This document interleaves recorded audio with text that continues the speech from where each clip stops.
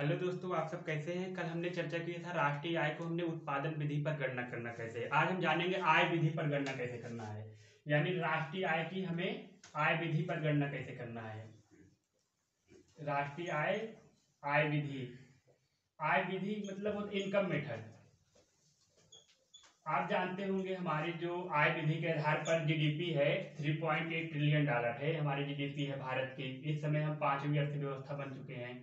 जिसके परिणाम स्वरूप आप देख रहे हैं हमारी परचेजिंग पावर पैरिटी, साथ ही साथ इसके अलावा पर कैपिटल इनकम भी बढ़ोतरी हुई है। लेकिन हालांकि ध्यान देने वाली बात यह है कि सन 2019 या 20 के आप देखेंगे हमारी जो पर कैपिटल इनकम थी 94,000 थी, लेकिन अब कोरोना के बाद से हमारी पर कैपिटल इनकम घट गई है, जो आके 84,000 पे आ गया है।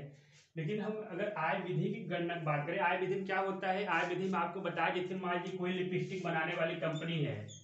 आप जानते हैं लिपस्टिक बनाने वाली कंपनी के लिए कोई लिपस्टिक बनाते उसके लिए क्या चाहिए भाई। लिपस्टिक बनाए उसके लिए पहले भूमि चाहिए भाई, लैंड रहेगी तभी बनाए। भूमि के अलावा उसके बाद लिपस्टिक बनाने कंपनी को क्या चाहिए, कैपिटल चाहिए, पूंजी चाहिए। उसके बाद क्या चाहिए, उसके बाद आय चाहिए, एक श्रम चाहिए। जैसे कि श्रम चाहिए भाई, लिपस्टिक बनाने की भाई श्रम चाहिए ना, जो मजदूर और दूर रहेंगे रंग घोरेंगे लिपस्टिक का भाई, वो चाहिए। उसके अलावा हमें क्या चाहिए, उसके अलावा हमें उद्यमिता, इतनी चीज जरूरत होती है हमें। फैक्टर कॉस्ट, इसे हम बोलते हैं फैक्टर कॉस्ट। क्या बोलते हैं, फैक्टर कॉस्ट। इसको हम फैक्टर कॉस्ट बोलते हैं। आय विधि में क्या हमने बताया, जैसे कि हमने कोई उत्पादन आय विधि में होता है फैक्टर कॉस्ट के आधार पर हम किसकी किसकी गणना करते हैं। अब बताइए, भूमि है, भूमि से क्या मिलता है, राजस्व मिलता है, राजस्व को जोड़ दो। प्लस पूंजी है, पूंजी से क्या मिलता है, हमारी इनकम होती है आय। और साथ श्रम है, श्रम से वेतन मिलता है भाई, को लिपस्टिक बनाया जाएगा उसको हर महीने वेतन मिलेगा। और उद्यमिता, उद्यमिता मतलब साहसी, यानी कि उद्योग जो कर रहे हैं इन्वेस्ट बढ़ेगा। इसका मतलब क्या हुआ, इसका सूत्र बन जाता है, क्या हो जाता है, एनडीपी फैक्टर कॉस्ट बराबर कितना हो जाता है हमारा, वेतन प्लस क्या हो जाएगा, श्रम प्लस पूंजी प्लस मिश्रित आय, प्लस मिश्रित आय। मिश्रित आय अगर इसे हम दूसरे भाषा में बोले, इसको हम बोलते हैं परिचालक अधिशेष प्लस आपका आपका हो गया क्या, मिश्रित आय।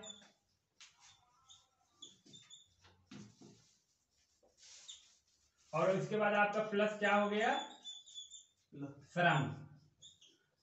क्या हुआ, जैसे मान लीजिए आपका प्रचार, जैसे कि हमने मान लीजिए कोई व्यक्ति वेतन कितना कमा, मान लीजिए किसी व्यक्ति का वेतन है हर महीने 200 रुपए। और श्रम अगर योगदान श्रम का है, मान लीजिए श्रम है, श्रम का हो गया, मान लीजिए उसने 5 व्यक्ति हैं, 10 व्यक्ति हैं, मान लीजिए 10 व्यक्ति योगदान देते हैं। प्लस पूंजी आपका मान लीजिए 1000 हो गया। और मिश्रित आय, मिश्रित आय ऐसी अर्थव्यवस्था में कहा जाता है मिश्रित आय, जो रेहड़ी पटरी केला बेचने वाले होते हैं वो देखिए कोई रोजगार देते भी हैं, साथ ही साथ रोजगार लेने वाले भी, जैसे कि वो किसी को हायर नहीं करते नौकरी पेशा के लिए, वो स्वयं से हर एक कार्य करते हैं। यानी कि इसका इसका मान लीजिए 40 रुपया, अभी जोड़ लीजिए कितना हो गया, 210, 1000, 12, 10, 1250 रुपए, यानी आपका 1250 रुपए हो गया। आपको हमने बताया था ये क्या है, net domestic product at factor cost, यानी साधन लागत पर शुद्ध राष्ट्रीय उत्पाद है हमारा। इसके अलावा हम इसके बाद जानेंगे एनएनपी, क्योंकि हमें उत्पाद जानना है, शुद्ध राष्ट्रीय उत्पाद यही है हमारे। अब पूछेगा घरेलू उत्पाद कितना हुआ, इतना हुआ। और राष्ट्रीय आय, एनएनपी फैक्टर कॉस्ट बराबर एनडीपी फैक्टर कॉस्ट प्लस क्या यहां लिखना है, शुद्ध विदेशी आय, विदेशी आय साधन लागत पर, साधन लागत पर। हमने आपको क्या बताया, जैसे कि आपका शुद्ध क्या एनडीएफसी कितना 1250 रुपए निकला है। अब बात आती है प्लस शुद्ध विदेशी आय। शुद्ध विदेशी आय को जानने के लिए हमें क्या जानना पड़ेगा? अब आप ही बताइए। जैसे आप सब जानते हैं हमारे भारत के लोग जो विदेश में रहते हैं, अमेरिका रहते हैं, अमेरिका सऊदी अरब में पैसे भेजते हैं भारत में। मान लीजिए अमेरिका में रहने वाला यहाँ से कोई व्यक्ति अमेरिका रहता है, 100 रुपये महीने भेजता है, और अमेरिका कोई व्यक्ति अगर भारत आके कमाता है, रसिया कोई व्यक्ति आता है, यूक्रेन या बुर्किना फासो का आता है व्यक्ति, यहाँ कमाता है, यहाँ मान लीजिए भारत वाले वहाँ 100 रुपये, यहाँ 500 रुपये भेज रहे हैं। मान लीजिए यहाँ से 500 रुपये भेज रहे हैं, क्या हो जाए माइनस करना, में शुद्ध निकालना अपने निवासियों का है, तो उसको माइनस कर देना है। माइनस अगर वो 500 रुपये है, अगर वो 500 अगर है तो अगर 500 रुपये 100 रुपये अगर मान लो 400, अगर 100 रुपये माइनस करेंगे 400 रुपया, हमारा कितना हो जाएगा शुद्ध विदेशी है 400 रुपया। अब इसको जोड़ दीजिए, 1612 4 1650 रुपये आपका ये हो गया आय विधि पर। ध्यान देने वाली बात यह भी है कि 1650 रुपये जो हुआ है आपका राष्ट्रीय आय किस पे है? आय विधि पे, ना कि उत्पादन विधि पर है। इसके अलावा हम ये भी जानते हैं एनडी आय, राष्ट्रीय आय में आय लागत किसकी किसकी गणना की जाती है। इसकी गणना के लिए हमें क्या करना है? इसमें हमें जो पॉकेट मनी मिलता है पिता द्वारा दिया जाए उसको राष्ट्रीय आय में गणना नहीं की जाती है। जैसे कि हमारा नेशनल इनकम जो है, नेशनल इनकम जो है हमारा मेथड किस पे होता है? इनकम मेथड पे, इनकम मेथड पे जो है उस पे किस पे होती है गणना? इसमें हमें किसकी गणना नहीं करनी है? हमें देखिए, जो अगर हमें इसकी गणना, जो अगर अचानक ही कोई और जीत जाए, लॉटरी जिसकी निकल जाए, उसको हमें राष्ट्रीय आय गणना नहीं करना है। लॉटरी वाले व्यक्ति की गणना नहीं करना, भाई उसका पैसा जीत जाता है,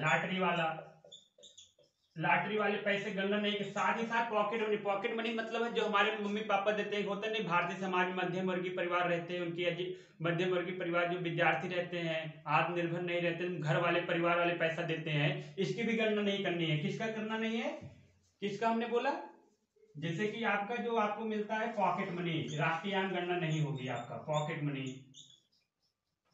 अब अचानक क्या हुआ? अचानक आपको जैसे कि वृद्धावस्था पेंशन जो मिलता है सरकार द्वारा दिया, तो इसकी भी गणना राष्ट्रीय आय नहीं होती। राष्ट्रीय आय में इसकी गणना इसलिए नहीं होती वृद्धावस्था पेंशन की, क्योंकि कोई व्यक्ति अगर 60 साल बाद हो जाता है उसको पेंशन मिलता है, तो राष्ट्रीय, क्योंकि वो ना उत्पादन कर रहा, वस्तुओं और सेवाओं को उत्पादन नहीं कर रहा है, तो इसके लिए क्यों उसको पॉकेट मनी, वो वृद्धावस्था पेंशन मिले। यानी क्या नहीं मिलेगा? वृद्धावस्था पेंशन।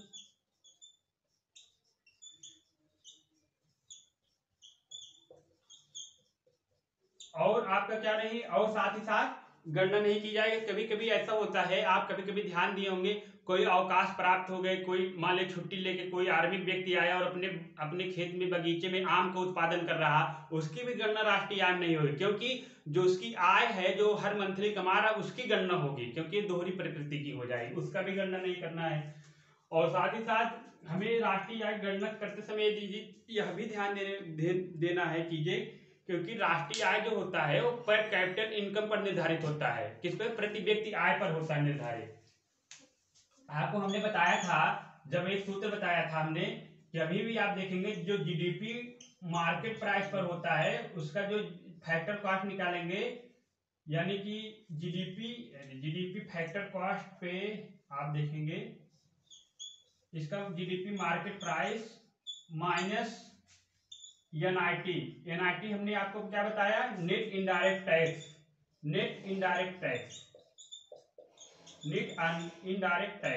इसका मतलब समझ गए होंगे। नेट इनडायरेक्ट टैक्स मतलब वो होता है, जैसे मान लीजिए कोई हम लिपस्टिक का उत्पादन किए, लिपस्टिक को बनाने के लिए मान लीजिए हमारा 100 रुपये लागत लगा, भाई सरकार भी 20 रुपये की एक्साइज ड्यूटी लगाएगी, कस्टम शुल्क यानी कि उत्पाद शुल्क लगाएगी, यानी ये 120 रुपया। लेकिन भाई लिपस्टिक वाली महिला लिपस्टिक खरीद नहीं पाएंगी, महंगा हो जाएगा, मोदी जी रहम आ गए, भैया चलो 5 रुपये सस्ता खरीदे, सब्सिडी दे दिए। यही होता है हमारा, क्या होता है? एनआईटी होता है, नेट इनडायरेक्ट टैक्स होता है।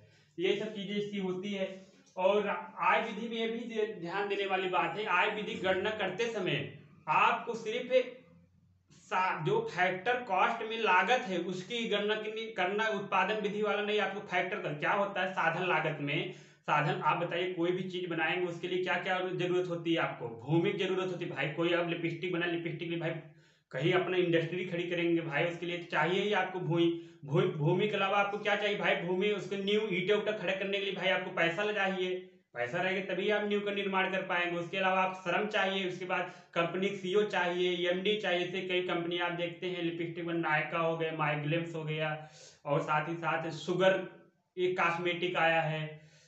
तो इसके अलावा ये सब कंपनियां होती हैं।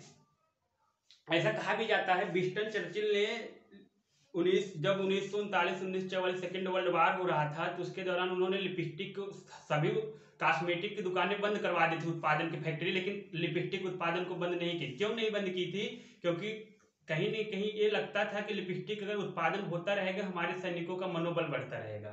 इसका अर्थात ये है कि क्योंकि पुरुष जो होता है, कहा भी जाता है महिलाएं जो होती है पुरुषों को अट्रैक्ट तब लगती हैं जब वो उनके अंगों पर कोई एक विशेष अंग हाईलाइट रहता है। जैसे हम हाईलाइटर से पढ़ते समय कोई ऐसे हाईलाइट कर देते हैं तो इसी महिला किसी शरीर पे अगर हाईलाइट पड़ जाता है, पुरुष के अंदर टेस्टोस्टेरोन हार्मोन का स्राव ज्यादा होता है।